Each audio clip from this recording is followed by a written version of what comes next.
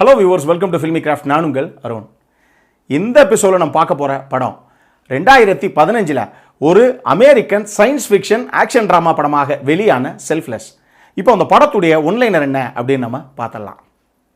Shedding அப்படின்னு சொல்லி ஒரு ப்ராசஸ், அதாவது இறக்கிறதுக்கு முன்னாடி தன்னுடைய நினைவுகளை இன்னொரு உடம்புக்குள்ள நம்ம பூத்திக்கலாம் அப்படிங்கிற ஒரு ப்ராசஸ். அது இதை தெரிஞ்சுக்கிற ஒரு மிகப்பெரிய கோடீஸ்வரன் ஒரு தருணத்தில் அவருடைய நினைவுகளை ஹீரோவுடைய உடம்புக்குள்ள ஏற்றுறார். இதுக்கப்புறம் இதனால ஹீரோ ஃபேஸ் பண்ண பிரச்சனைகள்லாம் என்னென்ன அப்படிங்கிறது தான் படத்துடைய ஒன்லைனர். இப்போ படத்துடைய டீட்டெயில் ரிவ்யூக்கு போகலாம். படத்தில் நம்ம ஹீரோவோட பேர் மார்க். படத்துடைய ஆரம்பத்திலேயே ஒரு மிகப்பெரிய பில்லியனர் நமக்கு காமிக்கப்படுறார். அவருடைய பேர் டேமியன் ஹேல். இவர் மிகப்பெரிய குரூப் ஆஃப் கம்பெனிஸுக்கெல்லாம் ஓனரு, கோடீஸ்வரன் வச்சுக்கோங்களேன். அந்த ஆளுக்கு பணத்துக்கு பிரச்சனையே கிடையாது. ஆனாலும் இன்னமும் நம்ம சாகிறதுக்குள்ளே எவ்வளவு சம்பாதிக்கணுமோ அவ்வளவையும் சம்பாதிக்கணும், பணம் தான் லைஃப் அப்படின்னு நம்புகிற ஒரு மனுஷன். இவருக்கு ஒரு 23-25 வயசுக்குள்ள ஒரு பொண்ணு ஒருத்தையும் இருக்கா. ஆனால் இவர் பணம் போனோடனே சுற்றிக்கிட்டு இருந்தா பொண்ணோட எப்போ டைம் ஸ்பெண்ட் பண்ணுறது? அதனால இவர் அதெல்லாம் பண்ணுறதே கிடையாது. இதன் காரணமாக அந்த பொண்ணுக்குமே அப்பா மேலே பாசம் இருந்தால் கூட அதை வெளிக்காட்டுறதுக்கான தருணமே கிடைக்கல. அப்பா வந்தா தானே. அதனால அந்த பொண்ணு விலகியே இருக்கிறா. ஆனால் இவருக்கு அப்படியே கம்ப்ளீட்டாக உல்ட்டா, பணம்ங்கிறது ஒன்றுமே கிடையாது லைஃப்பில் அப்படின்னு சொல்லி ஒரு என்ஜிஓவை ரன் பண்ணிக்கிட்டு ஒரு சோசியல் சர்வீஸ் மாதிரி பண்ணிக்கிட்டு இருக்கா எல்லாத்தையும். இப்படி ரெண்டு பேர் ஒரு தருணத்தில் படத்துடைய ஆரம்பத்தில் இருந்தே நமக்கு ஒரு விஷயம் காமிக்கப்படுது. இந்த கோடீஸ்வரர் இருக்கார்ல, இவருக்கு கேன்சர். இன்னொரு 6 மாதத்துக்கு மேலே கண்டிப்பாக வாழ மாட்டார் அப்படிங்கிறதா தான் ஒரு நபராக நம்ம காமிக்கப்படுறாரு. இதன் காரணமாக ஆல்பிரைட் அப்படின்னு சொல்லி ஒரு ப்ரொஃபஸர், அவர் இந்த கோடீஸ்வரங்கிட்ட ஷெட்டிங்னு சொல்லி ஒரு ப்ராசஸ் இருக்குது. அதாவது நீங்கள் ஆசைப்பட்டால் நீங்கள் இறக்குறதுக்குள்ள உங்களுடைய நினைவுகள் எல்லாத்தையும் வேற ஒரு இளமையான நபர் ஒரு உடம்பு ஐடென்டிஃபை பண்ணி அதுக்கு உங்களுடைய நினைவுகள் எல்லாத்தையும் கடத்த முடியும். அதுக்கப்புறம் உங்களுடைய நினைவுகள் அவருடைய உடம்புக்குள்ளே இருந்தே கம்ப்ளீட்டாக செயல்படும். திருப்பி உங்கள் லைஃப்பை நீங்கள் முதல்ல இருந்து வாழணும்னா வாழலாம் அப்படின்னு சொல்லி ஒரு ஐடியாவை கொடுக்குறாரு. பணம் உங்களுக்கு ஒரு பிரச்சனையே கிடையாது, நீங்கள் அதை கொடுத்தீங்கன்னா அந்த மாதிரி உங்களுக்கு நான் மாற்றி தரணும்னா தர்றேன் அப்படின்னு சொல்கிறாரு. சரி, ஓகே, இதை நம்ம ட்ரை பண்ணி பார்க்கலாம் அப்படின்னு சொல்லி இந்த கோடீஸ்வரன் இதே மாதிரி அந்த ப்ராசஸுக்கு ஒத்துக்கிட்டு பண்ணவும் செய்கிறார். ஆனால் ஒரு தருணத்தில் அந்த லேபுக்கு போய் அந்த டாக்டர் சொன்ன மாதிரியே ஓகே, ஒரு இடத்துல இருந்து இன்னொரு இடத்துக்கு ஒரு மைண்டு அந்த கான்சியஸ்னஸ் எல்லாத்தையும் மாற்றணும் அப்படின்னா ரெண்டு உடம்பு மிஷினுக்குள்ளே போகுது. ஒரு பக்கம் இந்த கோடீஸ்வரன், இன்னொரு பக்கம் இருக்கிற அந்த உடம்பு தான் நம்ம ஹீரோ. இவங்க ரெண்டு பேரும் மிஷினுக்குள்ளே போகிறாங்க. கொஞ்ச நேரத்தில் ஒரு சயின்டிஃபிக் ப்ராசஸ் மாதிரி ஒன்று காமிக்கிறாங்க. அந்த கான்சியஸ்னஸ் எல்லாம் இங்கே மாறிடுச்சு அப்படின்னு நமக்கு காமிக்கப்படுது. இப்போ அந்த மிஷினை விட்டு 2 பாடியும் வெளியே வருது. வந்தால் அந்த கோடீஸ்வரன் இறந்து போனதாக நம்ம காமிக்கப்படுறாரு. இப்போ இன்னொரு பக்கம் வெளியே வர்ற ஹீரோவை எழுப்பி அந்த டாக்டர் கேட்குறாரு, உங்களுடைய பேர் என்ன அப்படின்னு கேட்டால் ஹீரோவோட உண்மையான பேர் மார்க். ஆனால் அவர் எந்திரிச்சு என்னுடைய பேர் டேமியன் ஹேல் அப்படின்னு சொல்கிறாரு. யார்? அந்த கோடீஸ்வரனுடைய பேரை. அப்பயே நமக்கு புரியுது இந்த நினைவுகள் இங்கே மாறிடுச்சு அப்படின்னு. இப்போ நம்ம ஹீரோ கிட்ட அவர் சொல்கிறாரு, அதாவது அவருடைய நினைவுகள் அந்த கோடீஸ்வரனுடைய நினைவுகள் தான். அந்த கோடீஸ்வரன்கிட்ட பேசுகிறதாக அந்த டாக்டர் சொல்கிறாரு, இங்கே பாருங்க, இப்போ புது உடம்புக்குள்ளே உங்களுடைய நினைவுகள் வந்திருக்கு கரெக்டா? நான் உங்களுக்கு சில டேப்லெட்ஸ்லாம் சஜஸ்ட் பண்ணுறேன். இந்த டேப்லெட்டை ஒரு நாள் கூட விடாமல் நீங்கள் கண்டிப்பாக எடுத்துக்கணும். என்னைக்காவது ஒரு நாள் நீங்கள் மறந்துட்டீங்க அப்படின்னா கூட நீங்கள் எந்த உடம்புக்குள்ளே உங்களுடைய நினைவுகளை இப்போ அனுப்பியிருக்கமோ அவனுடைய சொந்த வாழ்க்கைகள் அதனுடைய நினைவுகள்லாம் அங்கங்கே ஹாலுசினேஷன்ஸாக உங்களுக்கு வந்துட்டு போகும். அதனால் எந்த காரணத்தை கொண்டு மிஸ் பண்ணாமல் டெய்லி டேப்லெட் எடுத்துக்கங்க அப்படின்னு சொல்லி கடைசியில் அவர் டிஸ்சார்ஜும் பண்ணுறாங்க. ஆனால் ஹீரோ இதே மாதிரி டேப்லெட்டை ரெகுலராக எடுத்துக்கிட்டு இருக்கவர் ஒரு நாள் மிஸ் பண்ணிடுறாரு. அப்போ ஒரு ஹாலுசினேஷன் விஷுவலாக அவருக்கு வந்துட்டு போகுது. அதில் என்ன தெரியுதுன்னா, யாரோ ஒரு 6-7 வயசு ஒரு பொன் குழந்தை ரொம்ப உடம்பு சரியில்லாமல் பெட்டில் சீரியஸாக இருக்கிற மாதிரி பக்கத்தில் ஒரு லேடி யாரோ உட்காந்து பார்த்துக்கிட்டு இருக்க மாதிரி அவருக்கு டக்குன்னு ஒரு ஃப்ரேம் அப்படி முன்னாடி வந்துட்டு போகுது. இதை மறுநாள் அந்த டாக்டர்கிட்டையும் சொல்கிறார் அவர், எங்க திடீர்னு இப்படி ஒரு விஷயம் வந்துச்சுங்க அப்படின்னா அந்த டாக்டர் சொல்கிறாரு, நான் உங்களை என்ன சொன்னேன், டேப்லெட் டெய்லி எடுக்கணும்னு சொன்னா இல்லையா, நேற்று எடுத்தீங்களா இல்லையா அப்படின்னா, இல்லை சார், நான் எடுக்க மறந்துட்டேன். அதுதான் அந்த பிரச்சனை. இவ்வளோ பெரிய ப்ராசஸ் நம்ம முதல் தடவை பண்ணி டெஸ்ட் பண்ணும்போது இந்த மாதிரி சில பிரச்சனைகள்லாம் வரும், டேப்லெட் இனிமேல் டெய்லி எடுத்துக்கங்க அப்படின்னு அவர் சொல்கிறாரு. ஹீரோவும் சரிங்கன்னு தலையாட்டிட்டு வந்துடுறாரு. இருந்தாலும் எதுக்காக இப்படி ஒரு விஷயம் நம்மளுடைய மைண்டில் வந்துட்டு போகணும், அந்த பொண்ணு யார், அந்த பக்கத்தில் உட்காந்த லேடி யாருங்கிறத நம்ம கண்டுபிடிக்கணும் அப்படிங்கிறதுக்காக களத்தில் இறங்குறார் ஹீரோ. இதுக்கப்புறம் இதன் விளைவாக அவர் சந்தித்த பிரச்சனைகள்லாம் என்னென்ன அப்படிங்கிறதான் படத்துடைய மொத்த கதையை.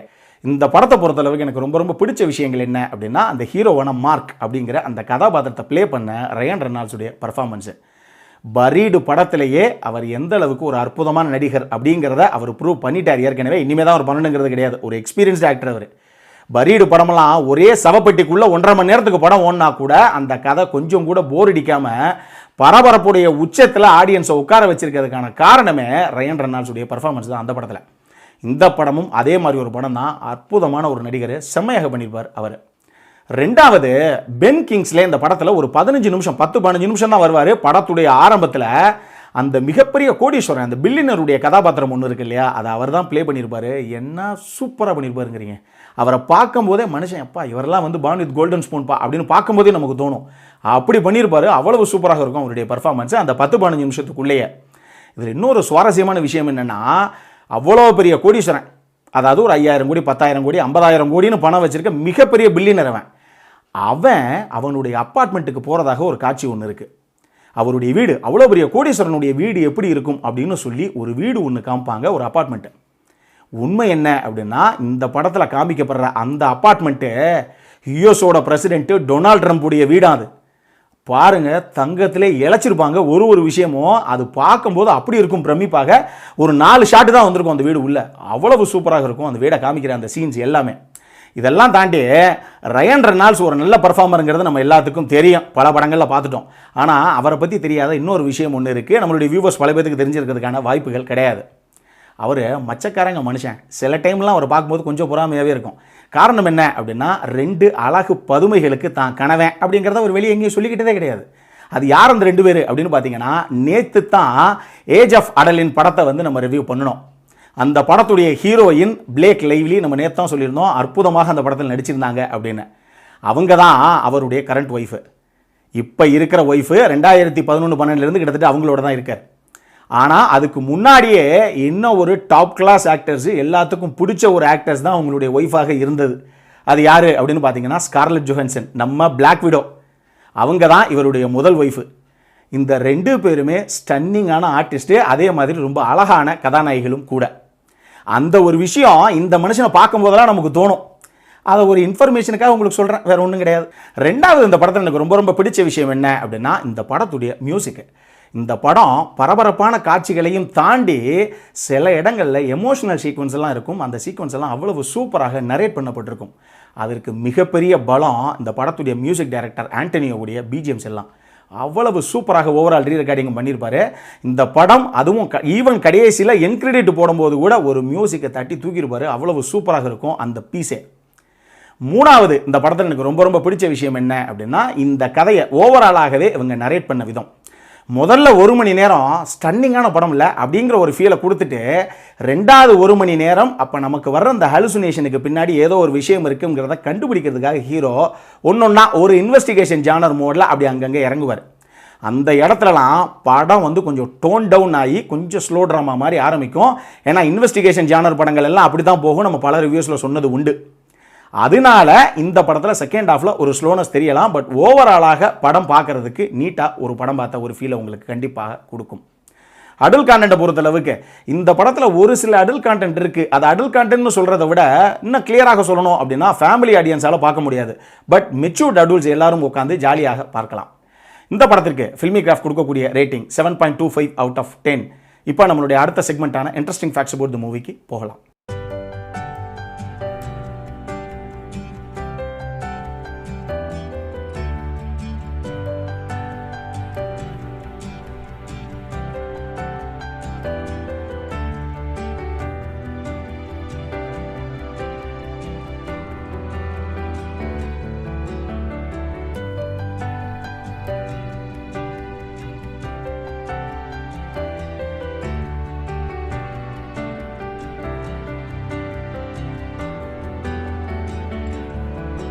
இந்த வீடியோ பிடிச்சிருந்ததுன்னா லைக் பண்ணுங்கள், ரொம்ப பிடிச்சிருந்ததுன்னா உங்கள் ஃப்ரெண்ட்ஸ் எல்லாத்துக்கும் ஷேர் பண்ணுங்கள்.